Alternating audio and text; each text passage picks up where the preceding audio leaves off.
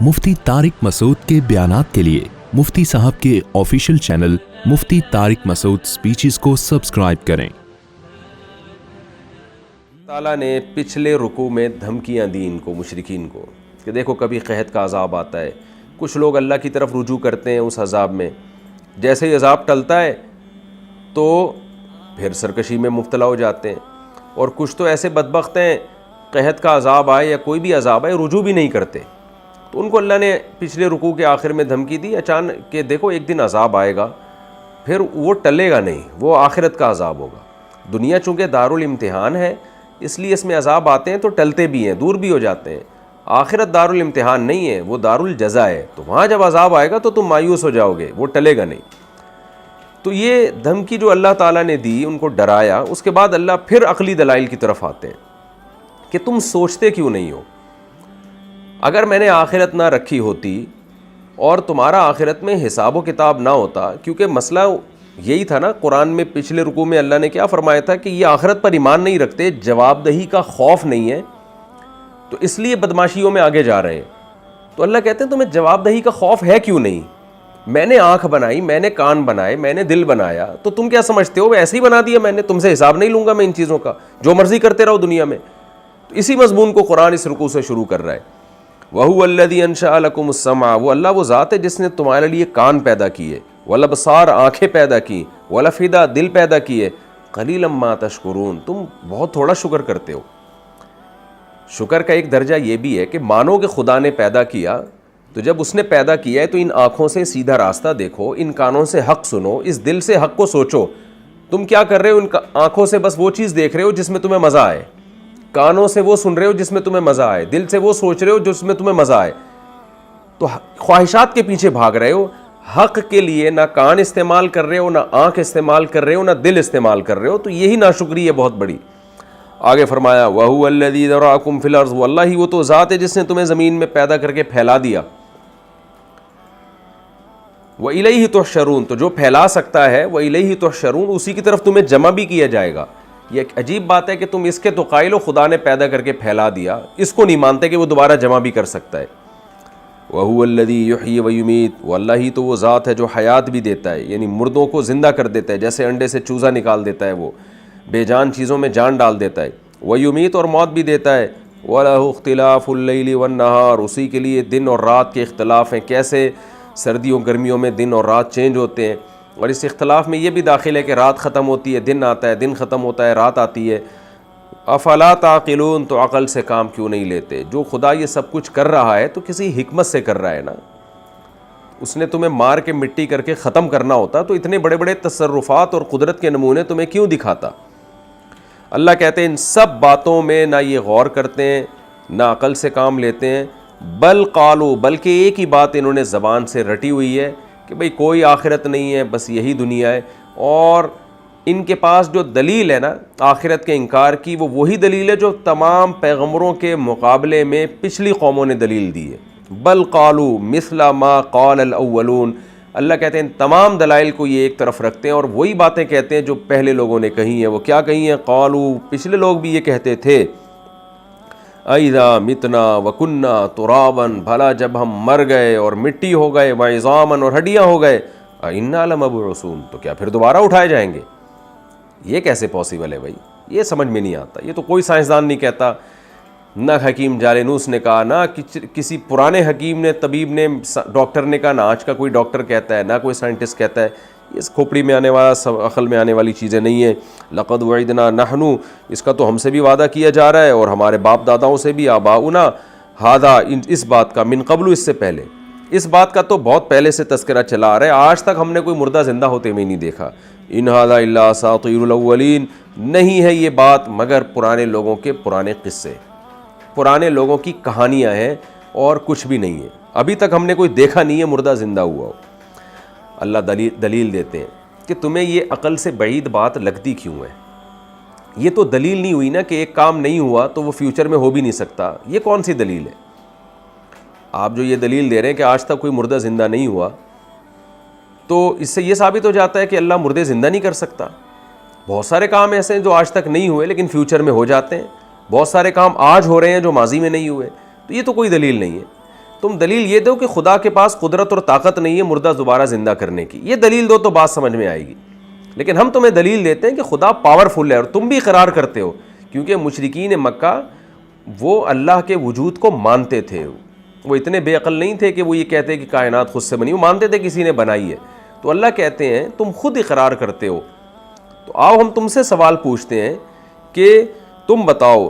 قل لمن الارض، اے نبی ان سے پوچھئے کس کے لیے زمین ہے، یہ زمین کا مالک کون ہے؟ ومن فیہا، اور وہ مخلوق جو زمین میں رہتی ہے اس کا مالک کون ہے؟ ان کنتم تعلمون، اگر تم جانتے ہو بتاؤ. سیقولون للہ، یہ عنقریب یعنی فوراً کہیں گے اللہ کے لیے. کیا مطلب؟ جب یہ اللہ کے لیے، اللہ اس کا مالک ہے، تو جو اتنا پاورفل ہو وہ دوبارہ کیوں پیدا نہیں کر سکتا؟ قل افلا تذکرون، تو کہہ دیجئے پھر تم نصیحت حاصل کیوں نہیں کرتے؟ پھر تم یہ کیوں کہتے ہو کہ یہ ہماری سمجھ میں نہیں آتا دوبارہ کیسے زندہ ہوں گے؟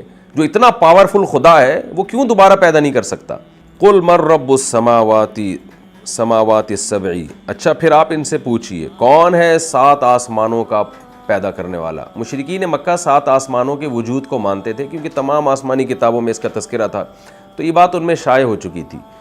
تو اس کو کہتے ہیں دلیل الزامی، ایسی دلیل جس کو سامنے والا تسلیم کرتا ہو تو اس کی دلیل کو اسی پہ رد کر دینا.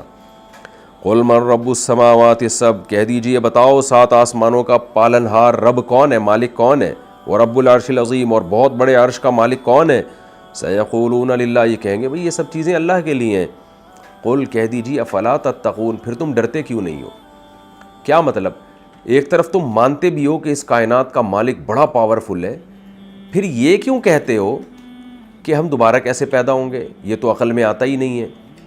تم یہ بات کہتے ہوئے ڈرتے کیوں نہیں ہو؟ یعنی تم اس بات سے کیوں نہیں ڈرتے کہ وہ خدا تمہیں سزا دے سکتا ہے؟ بار بار یہ کیوں کہتے ہو یہ عقل سے بعید ہے؟ جو اتنا پاورفل ہے اس کے بارے میں یہ کہنا کہ یہ کیسے پیدا کرے گا، تو وہ اس کے عذاب سے تمہیں ڈرنا چاہیے، تم اس کی توہین کر رہے ہو. قل من بیدہ ملکوت کل شیء، اے نبی آپ ان سے تیسرا سوال پوچھئے بتاؤ کون ہے جس کے ہاتھ میں ہر چیز کے اختیارات ہیں، سب کچھ کر سکتا ہے اس کائنات میں وہ. وہو یجیر، وہ عذاب سے پناہ بھی دے سکتا ہے، کتنی بڑی سے بڑی مصیبتوں وہ بچا سکتا ہے. ولا یجار علیہ، لیکن وہ مصیبت دینے پر آ جائے تو کوئی اس کے خلاف تمہیں نہیں بچا سکتا. ان کنتم تعلمون، اگر تم جانتے ہو تو بتاؤ کون یہ سب کچھ، کس کے ہاتھ میں اختیارات ہیں؟ سیقولون للہ، فوراً یہ کہیں گے بھئی اللہ کے ہاتھ میں سارے اختیارات. قل، پھر اے نبی آپ ان سے کہہ دیجئے فانا تسحرون، پھر تم پر جادو جو کیا گیا ہے تو تم کدھر کو جا رہے ہو؟ یعنی اس جادو کی وجہ سے تم سیدھے راستے سے بھٹک گئے ہو، تمہاری عقل کام نہیں کر رہی ہے. فانا، کہاں جا رہے ہو پھر تم؟ یعنی پھر تم یہ جو کہہ رہے ہو نا کہ ہم دوبارہ کیسے زندہ ہوں گے، اس کا مطلب تم سیدھے ٹریک سے ہٹ گئے ہو، کسی نے تم پہ جادو کر دیا ہے، تمہاری عقل کام نہیں کر رہی ہے. تو کیا پھر یعنی بار بار یہ کیوں کہتے ہو کہ یہ کیسے ممکن ہے؟ دیکھیں آج بھی یہی ہو رہا ہے نا، آج بھی جو ملحد اور ایتھیسٹ لوگ ہیں ان کو جب بتایا جائے دوبارہ ہم نے زندہ ہونا ہے، کہتے ہیں یہ کیسے ممکن ہے؟ او بھائی، منی کے قطرے سے 9 مہینے میں بچہ ماں کے پیٹ سے باہر آ جاتا ہے، یہ کیسے ممکن ہو گیا؟ یہ تو تم نے دیکھ لیا اس لیے ایمان لے آئے، نہیں دیکھا ہوتا تو تم اس کا بھی انکار کرتے کہ یہ ہو ہی نہیں سکتا 9 مہینے میں انسان بن کے تیار ہو جائے. اور مٹی سے بنا ہے، وہ مٹی سے منی سے جناب پورا بچہ، یہ تھوڑے دنوں میں یہ سارا پروسیس کمپلیٹ ہو جاتا ہے. تو یہ کیسے ممکن ہے کہ خدا دوبارہ زندہ، یہ کیسے یعنی اچھمبے کی بات ہے کہ دوبارہ پیدا نہیں کر سکتا. آگے اللہ فرماتے ہیں بل اتیناہم بالحق، اصل بات یہ کہ نہ ان پہ جادو ہوا ہے، نہ ان کی عقل نے کام کرنا چھوڑ دیا ہے. بات اصل میں یہ ہے کہ ہم ان کے پاس حق لے کر آئے ہیں. جب حق آتا ہے نا تو بہت کم لوگ ہوتے ہیں جن کو اس حق کو ماننے کی توفیق ملے، کیونکہ حق ان کی خواہشات کے اگینسٹ جاتا ہے. وَإِنَّهُمْ لَكَاذِبُونَ، اور یہ جھوٹ بول رہے ہیں. جو جھوٹ بولتا ہے نا، بے وقوف یا پاگل کے عمل کو جھوٹ نہیں کہا جاتا. جھوٹ اسی کو کہا جاتا ہے جو جانتے بوجھتے ہوئے غلط بیانی سے کام لے رہا ہو. کیا مطلب؟ یہ جانتے بوجھتے ہوئے غلط بیانی سے کام لے رہے ہیں. ان کا بھی ضمیر کہتا ہے کہ جو خدا یہ سب کچھ کر سکتا ہے وہ دوبارہ بھی پیدا کر سکتا ہے. آگے اللہ تعالیٰ نے مشرکین میں جو 2 بڑی بیماریاں تھیں جس کو ختم کرنے کے لیے قرآن نازل ہوا کہ ایک خدا کو مانو، ایک خدا کی غلامی میں آ جاؤ، تو اللہ نے اس توحید کا پھر بیان کیا. کیونکہ اسلام کا حاصل یہی ہے کہ ایک خدا کے حوالے ہم اپنے آپ کو کر دیں، اور شرک اس میں سب سے بڑی رکاوٹ ہے. ما اتخذ اللہ من ولد، اللہ نے کسی کو اولاد نہیں ٹھہرایا. وما کان معہ من الہ، اور نہ اس اللہ کے ساتھ کوئی دوسرا معبود ہے. اذن لذہب کل الہ، اگر ایسا ہوتا اللہ کے سوا کوئی دوسرا معبود ہوتا لذهب كل الہ تو ہر معبود لے جاتا بما خلق اس چیز مخلوق کو جو اس نے پیدا کی. یعنی معبود ہونے کے لیے ضروری ہے کہ وہ خالق بھی ہو, کائنات کا کریٹر بھی ہو. تم جن کو معبود مانتے ہو وہ کریٹر نہیں ہے, لہذا وہ معبود بھی نہیں ہے. اور تم بھی یہ مانتے ہو کہ یہ کریٹر نہیں ہے, کیونکہ مشرکین مانتے تھے کریٹر خالق صرف اللہ ہی ہے. تو اللہ کہتے ہیں اگر ان کو یہ معبود کریٹر ہوتے تو پھر کیا ہوتا, نظام کائنات تباہ و برباد ہو جاتا. تو اس سے پتہ چلتا ہے جو بنانے والا وہ ایک ہے. جب بنانے والا ایک ہے تو عبادت کے لائق بھی صرف وہی ہے, کوئی دوسرا نہیں ہے. تو اللہ کہتے ہیں اگر اللہ کے سوا اور معبود ہوتے تو یقیناً وہ خالق بھی ہوتے, کریٹر بھی ہوتے. تو پھر کیا ہوتا کہ کچھ حصہ اللہ نے کائنات کا بنایا ہوتا, کچھ ان لوگوں نے بنایا ہوتا. تو دنیا میں ایسا ہی ہوتا ہے, جو جس چیز کا مالک ہوتا ہے وہ اپنے حق کا مطالبہ کرتا ہے. تو لذهب كل الہ بما خلق, ہر معبود ہر کریٹر اپنی تخلیق کو لے کے نکل جاتا, پھر دوسرا اس میں مزاحمت کرتا ہے. جیسے وراثت میں جھگڑے ہوتے ہیں, ولا علی بعضهم علی بعض, اور ان میں سے بعض معبود بعض پر سرکشی کرتے. جیسے دنیا میں حکومتیں ایک دوسرے سے لڑتی ہیں, first world war, second world war میں آپ دیکھیں آج بھی دنیا کے ملک لڑ رہے ہیں, حکومتیں لڑ رہی ہیں آپس میں. یہ جب حلق کی الگ الگ ریاست ہے, اگر ایک ہی ریاست میں دو حکمران ہو پھر تو 2 دن نہیں ملک چل سکتا. تو آپ ایک ہی کائنات میں کیسے اتنے سارے معبود کے قائل ہیں؟ اللہ کہتے ہیں یہ سب ایک دوسرے پہ چڑھ دوڑتے, سرکشی کرتے. نتیجہ کیا نکلتا؟ نظام عالم تباہ ہو جاتا.